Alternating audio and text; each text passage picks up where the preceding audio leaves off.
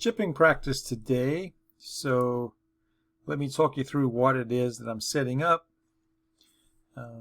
12 golf balls is what I'm using. I've got a club that's lying just on the green right there. And to get from my golf balls are to where that club is, it's 3 steps away. So the grip end is 3 steps from the golf balls. And I chose 3 steps because that's probably the distance that I'm uncomfortable putting off of the fringe from. If I was closer, I'd putt. So the goal is to chip and have that ball land just on the green, and then I'm going to take a look and see what happens with the rollout for these 12 balls. So I'm not aiming at that flag over there. I try to find the flattest part of the chipping green over here, and I'm just trying to bump that ball so it flies 3 steps onto the front edge of the green and then rolls, and I'm going to look for an average rollout distance. So it's a very short backswing. If you watched any of my chipping videos, you know that I've got 2 rules for chipping. These aren't setup rules. These are like rules for the stroke. So the first is that the club has to slide under the ball. And the second is that you have to make a follow through that matches the shot that you're playing. All right. So this is just a very short shot, short back and short through. I find these shots challenging. That's why I'm setting up this practice exercise. I find these shots challenging because I find that I get a little punchy with my fingers and my hands rather than allowing my arms and hands pretty much to stay in place at address and using the teeter-totter of my shoulders as kind of the way to move the club. So this is a very useful drill that I use, and I use it on particularly for these shorter shots because it reminds me of how my body is supposed to work. So here's one more. All right, so now I'm going to go and assess what I just did. Some of these balls are what we'll call outliers. So that one that went much further than the others, we'll get rid of that one. These 3 that were kind of mishit, we'll get rid of them. And that gives me a majority of where the distance is, right? And so if I look at the middle point of that majority and I step that back towards where that club is on the ground, that's 4 steps. I started at 3 steps. I try to bounce the ball 3 steps away, and then it rolled an additional 4 steps. So I've got a 7-step total, which is very useful as a baseline because now I can transfer that around the green and use it when I practice. So I found a different spot on the chipping green, and I'm going to put into practice what I just learned from that exercise when I had that club laying on the ground. And so I'm stepping off my area. Now this is a slightly downhill lie, and it's going to be landing on what possibly could be a bit of a downhill. So I step off 1, 2, 3 steps. That's kind of where I expect the ball will bounce. And then I know it's going to roll about 4 more steps. And because it's downhill, the flag itself is another step down the hill. So my goal would be to now try and make the exact same move that I was just doing. Club slides under the ball, follow through matches the shot. If you want to talk about setup, ball's off my back foot, weight and shaft are forward, and then I just kind of teeter-totter my shoulders. Like I said a moment ago, my personal tendency is to get a little bit handsy and punchy with these, and that leads to low point problems. You'll notice that a couple of times where I'll hit it a bit fat because I'm not paying attention to what my body's doing. Right, but when I allow my shoulders to teeter-totter better, that helps me to get the follow-through for the shot that I need, or the follow-through feel that I like to have for the shot. So ball back, weight forward, slide the club under the ball with a good follow-through, and the ball flies about 3 steps in the air and then rolls about 4 steps, and it leaves me with a pretty simple little putt if I don't end up chipping it in. Now my philosophy here is to try and chip everyone in, and I want you to adopt that philosophy as well. Golf is much easier if you can chip everything in and you don't have to putt. So you really want to try and adopt the philosophy of let's chip this in, but if I don't, then I want to have the easiest putt possible. All right, so I'm going to reset these balls, and then I'll do this exercise again. I'd say about half of those that I'm looking at right there are probably ones that I'd be very comfortable one-putting. The others, I might miss a couple of those, right? And so I'm going to reset this little practice station and do this exercise again.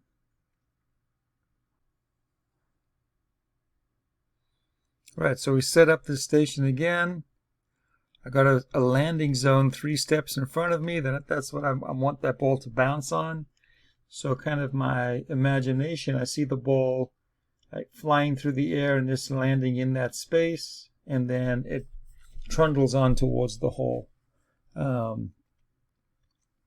I know that if I fly it about 3 steps, then it's going to roll about 4 steps. This is a slightly downhill chip shot, and so I'm hoping that, there you go, that's where I got really stabby with my downswing, and I forget to use my my shoulders and my chest to help me get this thing moving, rather than my hands and my fingertips. Yeah, those last couple were really nice. So ball's back in my stance, shaft and weight forward, club slides under with a follow through that matches the shot that I'm about to play, and I use the tilting of my shoulders as a way to get my hands and therefore the club face to be moving. So I tilt to the left, tilt to the right. That's why I call it the teeter-totter move. Because my shoulders act like a bit of a teeter-totter. And then because the ball's back in my stance, that helps me to get the club to slide under the ball. And then the follow-through helps me to get that club speed that I need. If I'm just trying to stab at it with my hands, that's when I make mistakes. Last one. There we go. So that second batch of balls is much nicer. Other than that one, that was a bit of an awful mistake. But these ones up front, it's really good. I like that. So I'm going to add now a bit of distance to this chip shot. So I know that that first club is 3 steps apart, 3 steps away from where I'm chipping. I'm going to drop this second one down 2 more steps. So this one now is 5 steps from the spot where I'm chipping from. And again, the goal is the same. I got the same club. It's my 56 degree. The goal is the same. I'm going to try and land these balls in line with the handle of that second club. And then I'm going to see what the rollout is. So I know the carry is going to be about 5. At least that's the goal. It's going to be 5 steps. And then I want to see what the rollout is going to be if I carry it those 5 steps. And again, I'm going to look for an average of what that is. And then I'm going to use that average and go and practice and do a series of chip shots using these distances as the baseline. So weight and shaft go forward, teeter-totter the shoulders, club head slides under the ball, follow through matches the shot that I'm making. So this is a slightly bigger shot, so my follow through should be slightly bigger than the 3-step chip shot that I was practicing earlier.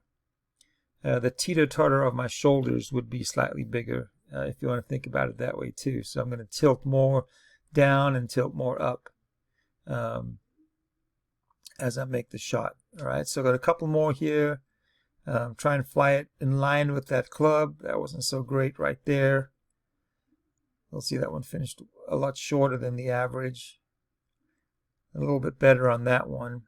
All right, so now I'm going to go step it off. I know that I'm 5 steps from where I was chipping from. That's that 5 right there. And then 1, 2, 3, 4, 5 gets me to about the center line of the average. So 5 and 5, so it's a 10-step total, right? We don't worry about the outliers. The horrible ones aren't the average. The average is what we're going for. 1, 2, 3, 4, 5 steps to there. 1, 2, 3, 4, 5 steps to where I was chipping from. So I can take this now to a different part of the practice green, and I can start using this. So here I am on the other side of the putting green, and I'm going to use the 5 steps from where I'm chipping from. I'm going to put a yellow golf ball there, a range ball, to kind of give me my landing spot. 1, 2, 3, 4, and then 5 steps get me to that hole right there. And my goal is to fly that ball to that 5-step area and then have it roll the rest of the way to the hole. And I'm going to do this until I'm confident with what I'm doing. And so shaft and weight forward, and club head slides under the ball, follow through matches the shot that you're about to play. Teeter-totter the shoulders, gets everything moving. One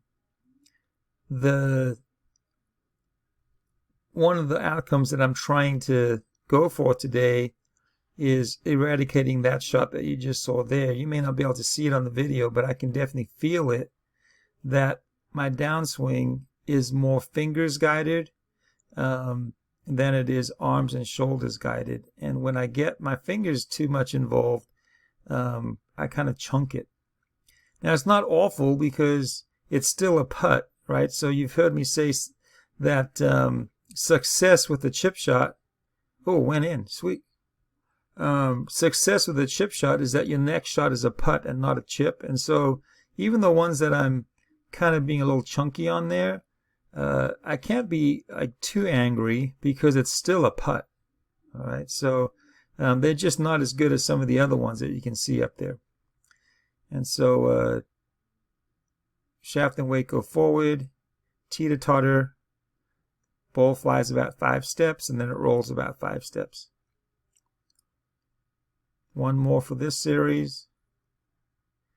That's a little bit of a chunker too. So 3 out of the, looks like 10 that I had there were not so great. Weren't happy with those 3. Or 11 balls, whatever. Yeah, it's 10 because one's in the hole. So those 3 are okay. There's one on the end there that's probably not so great, where I've got a little excited and just kind of powered it out there, that one right there. All right, so I'm going to set this up again, and then I'm going to do this this practice exercise again. All right, so we set it up. 1, 2, 3, 4, 5. That's my landing zone. 1, 2, 3, 4, 5. That's my target zone right there. That's where I'm hoping the balls are going to end up. My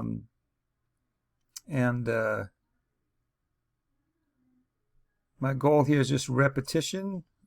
And what my mind is thinking about, or what I'm trying to focus on, is that the movement is created by the tilting action of my shoulders, not so much my hands doing any type of flexing or extending or anything like that. I don't want to feel like my fingertips are moving the club head.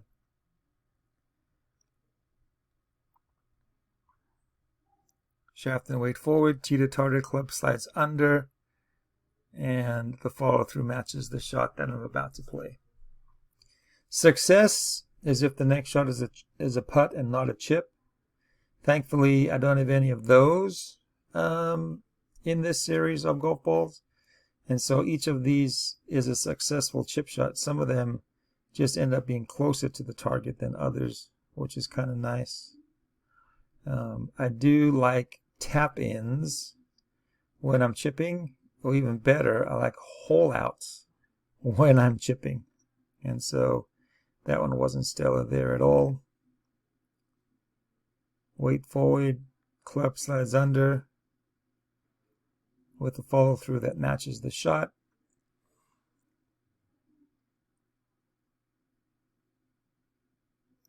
Yeah, horrible. Let's see if this one can be better. Yeah, nicely done. So slightly better. Even the chunked ones on that series of golf balls weren't as bad.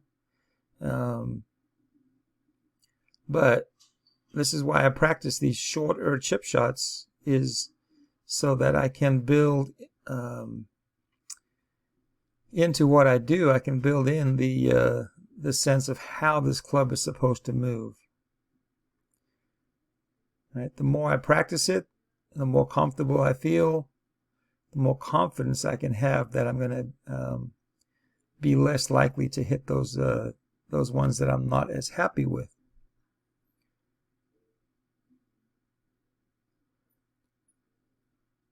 I've got 5 steps to my landing zone, 5 steps to where the hole is at.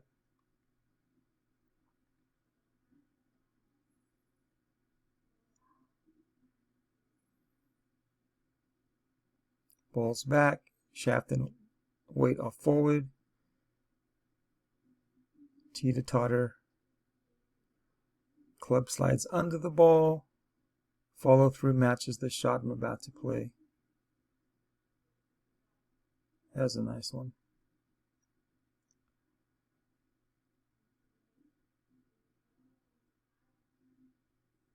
Not so great. If you can't tell, I'm narrating this at my office after I've been on the golf course. Sometimes it's okay to record on the golf course, but when the wind's blowing, it just becomes a little annoying with the audio, and so it's just easier to do it, to narrate it afterwards. Ball back, shaft and weight forward, teeter-totter. That's a nice one.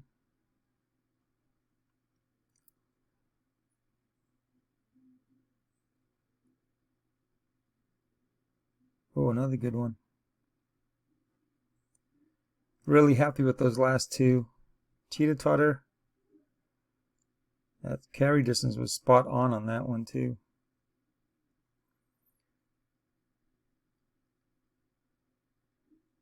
So this section of my practice has been about 7 minutes. I've been doing this. So this is my 3rd time through this 5-step carry, 5-step roll part of the exercise. Oh, that's a great one right there. So if you got a 30-minute practice, this is a great exercise to do. Get going, ball. Do a couple of baseline, and then go out, find a spot where you can put it into action.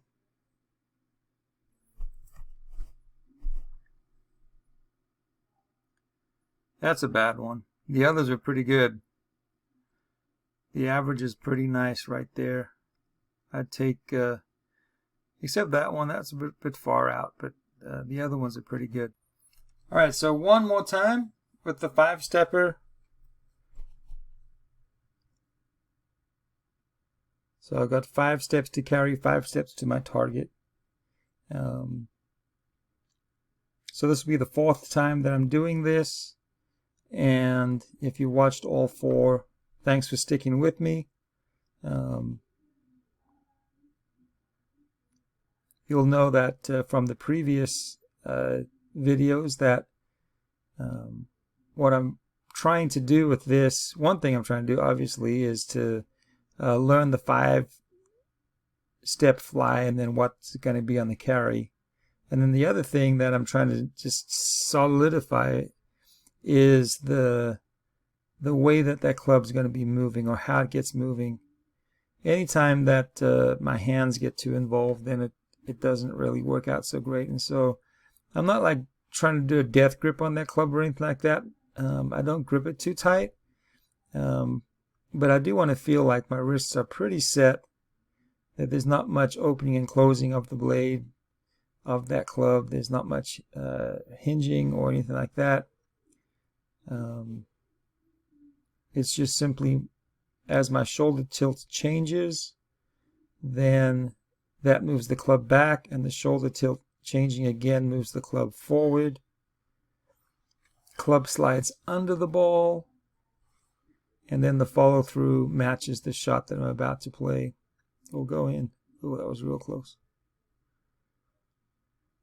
And so we're about 9 or 10 minutes into me practicing this distance with this carry and this roll.